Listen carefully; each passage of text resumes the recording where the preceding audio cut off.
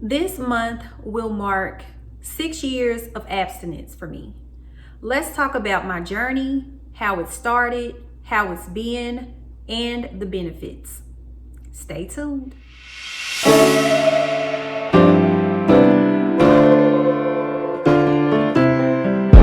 First things first, I am abstinent, not celibate. Abstinent, not celibate. What a lot of people don't understand is the difference. Celibacy is when God calls you to live a life of singleness, meaning that you will not get married. And because fornication is a sin, you will not have sex. So that is celibacy. Abstinence is when you are abstaining from sex until you get married. God hasn't told me that I'm not a wife. So yeah, I'm abstinent, okay? Now, if I hear something different, I will come back and report, but I am abstinent. This actually started in 2018. So being perfectly honest, before the last time, I actually said that I'm not engaging in sex again until I know it's real. And with that being said, I had a very delusional I was having some delusional moments, honey, because I thought it was the real thing and it was not, honey. But you know, when you say certain things out loud and when you think certain things, honey, the enemy will send somebody and you'll be like, oh God, is this it? No, because number one, I was in idolatry. Fornication in Strong's Concordance means idolatry, the worship of other gods. So one, when I said I'm not having sex again until I know it's real, I was meaning until I felt a real connection with the person, until we had a real relationship, not until it's my husband, not until I'm married. It was me judging off of what I felt. Baby, you know we not supposed y'all know we are not supposed to lean to our own understanding, okay? I thought it was something real and baby, it was not, okay? So after that, I still kept the same mentality. I was still going off of, you know, well, when I feel it's real, or when we're in a committed relationship. And the years just started to roll by. Now, prior to these 6 years of abstaining from sex, it was 2 other times that I had gone a year and a half without it. And I know that some people have different struggles. You know, when I've said to women, and it's sad because those would be the ones that would be like, girl, how? I couldn't, honey. I gotta have me a piece. And I'm just like, how? Well, one, there have been moments where I enjoyed it, but to just be like, oh, you know, it was an A+, or it was this or that. Now, you know, there were times when I was in Delulu land, you know, I was feeling like that, but later on, I'd be like, girl, you was really crying about that. But anyway, just thinking back, I was never really able to enjoy the moment because one, I knew I wasn't supposed to be doing it. It was wrong. I was fornicating. It was wrong. I was not supposed to be having sex outside of marriage. And then there was always this, now I can identify it as a piece that was taken from me. But all I knew was that, yes, we're in a relationship, or, you know, yes, I feel comfortable with you. However, because I didn't have a ring, or because it wasn't my husband, it was, are you really gonna call me? Is this really your real phone number? It was like, it was like this insecurity. First of all, if you don't know, baby, that's from the song I Call Your Name. It's the interlude on I Call Your Name, okay? We didn't do one night stands, okay? Just to be clear. But I say that because no matter how good you think it is in the act, no matter how much they hype you up in the act, or when it's done, y'all spend the day together, or the relationship or the situationship continues, I would just always have this thought in my mind, like, when is this gonna end? Or yeah, when is this gonna end? When, the biggest one, when is he gonna start acting funny? When is he gonna change it up? Because y'all know it's only 2.5 seconds. If he was on his best behavior before and you do the spread eagle, baby, it's not long before the mask starts falling off, okay? The mask will start falling off. I don't care if it's the 90-day rule, the 120-day rule. It doesn't matter. If it's gonna be a switch up, okay? They're gonna get comfortable. Things are gonna start changing at some point. The main point that I'm trying to get to is, outside of those reasons, I couldn't fully enjoy it. And then also, I am a demi/sapiosexual. If I don't feel an emotional connection, it's hard for me to fully enjoy the act. Also, sapio, I like to talk. I am not a surface level person. So yeah, some people, you can get by with what you're doing 47 times a day. What's your favorite color? 42 times a day. No. What's beneath those layers? Let me pull that back. Like, I just can't do surface. Now, leading into my next point, sometimes we will try to rationalize different things, different sins with God. Like, oh God, well, I'm not drinking this whole pint of gin. I'm gonna just have 2 cups. Now, if you're actually trying to do better and say, one day I'm going to put this down, I definitely believe that God understands your struggle and he will walk you through that.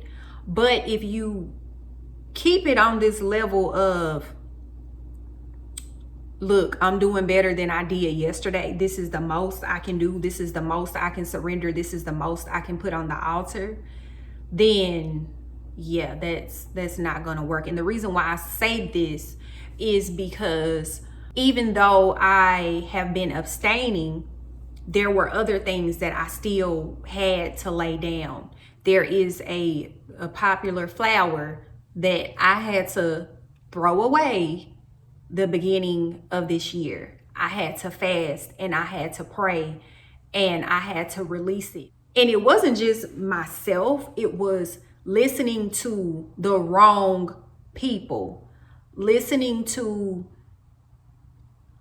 people who call themselves Christians but are not actually trying to walk out what they're preaching.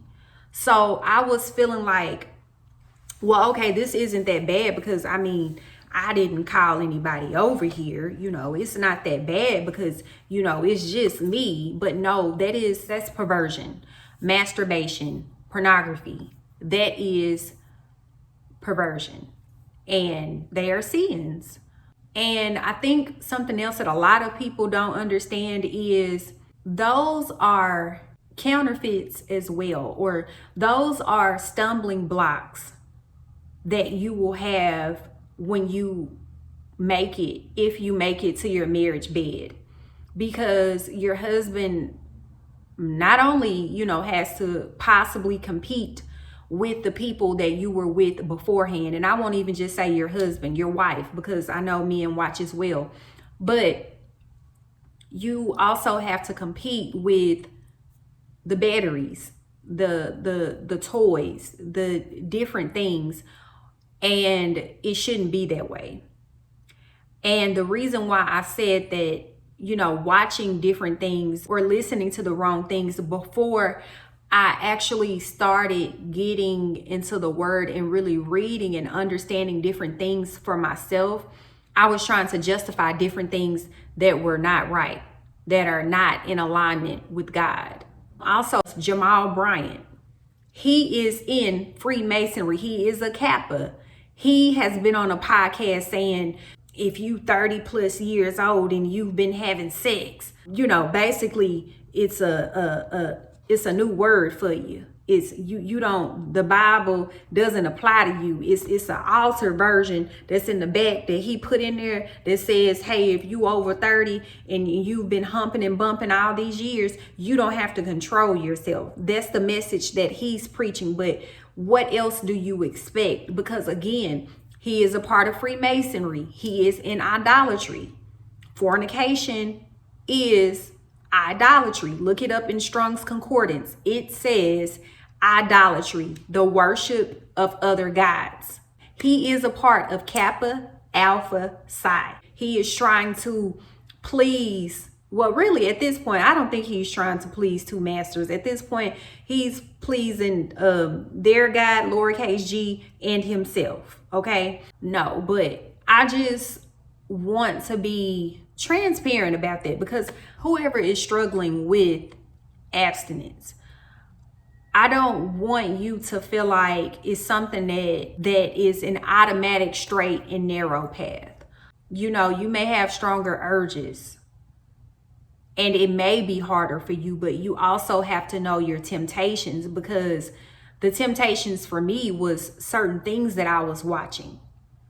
And I'm not talking about I'm talking about regular movies or regular shows that show soft porn. And when I learned that, or even food, y'all got to know this gluttony, sex, all of that is intertwined. So I noticed that with certain things I would eat, also certain things I will watch, and when I would stop doing that along with fasting and praying, it was nothing for me. And I don't struggle with lustful thoughts. I am good. Now, has the enemy tried me? Yes, he tried to send somebody, but I knew, which leads into the next point. One of the major benefits of being abstinent is your discernment, and your discerning of spirits increases.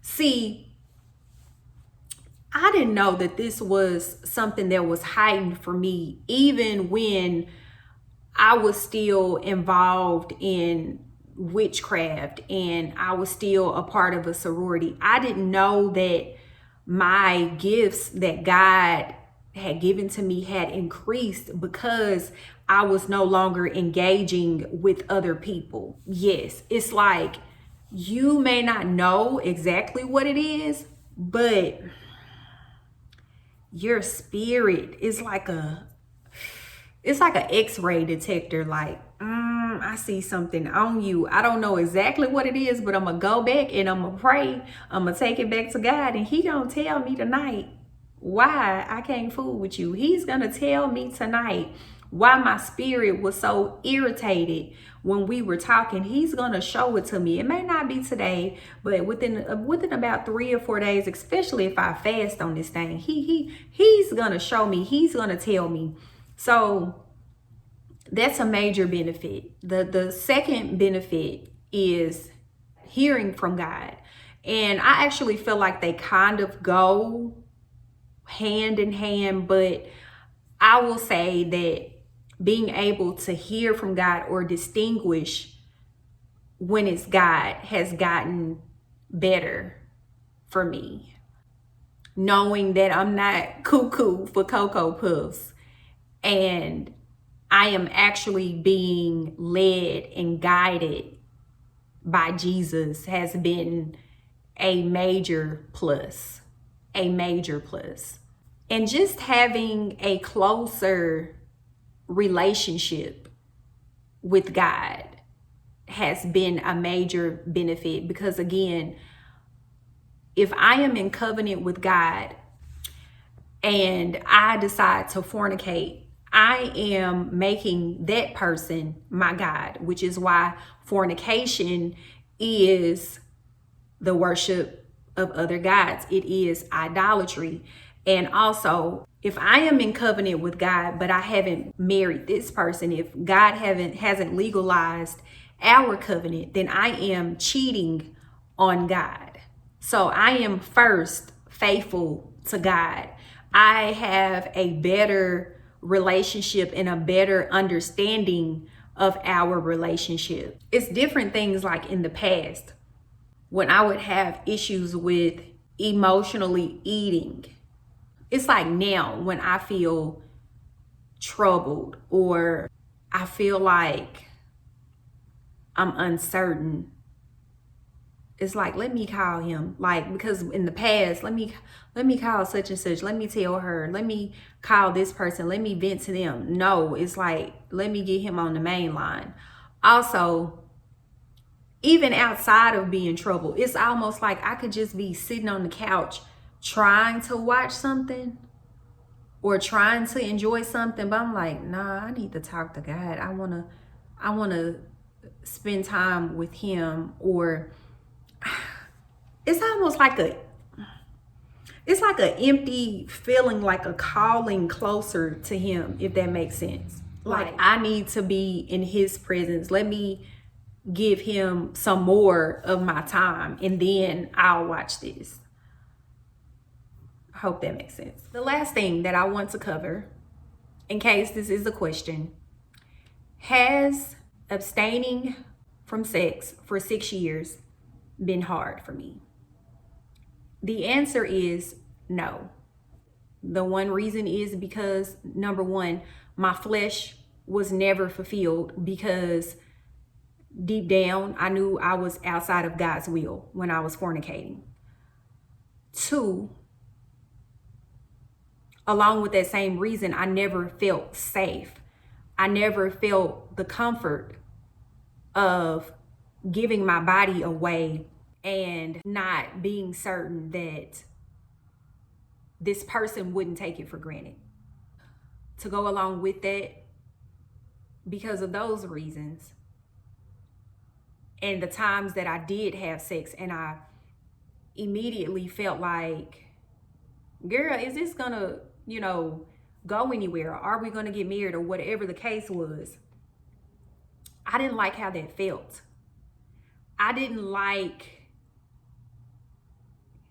giving myself up, sacrificing myself, sacrificing parts of me. I didn't like putting my health in danger. I didn't like putting my health at risk. I didn't like that I was silly enough to trust somebody. And the biggest thing for me was, I know I'm only dealing with you. I know I've only dealt with you, but I don't know who you're dealing with. I don't know what you're doing. So having the comfort of knowing that if I am in my bed alone, God is pleased.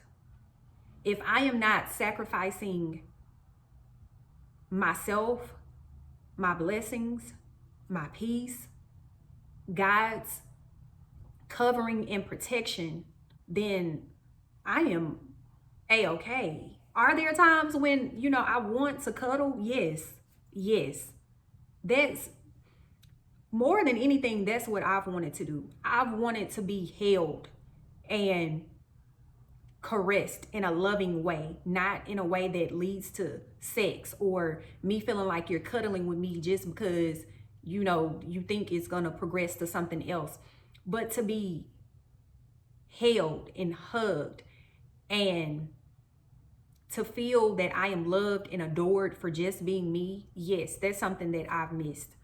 That's something that I have not done. The last time it was done, it was not, no. That was a snake. Anyway,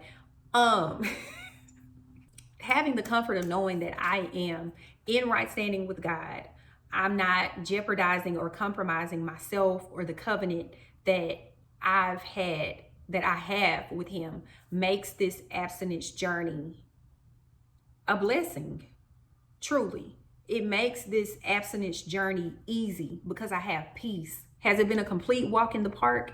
No, it has not, because again, although I wasn't engaging in sexual activity, there were other things that were taking place that I had to lay down, that I had to do away with. So to anyone that is struggling with abstinence, or you don't think it's something that you can do, you can.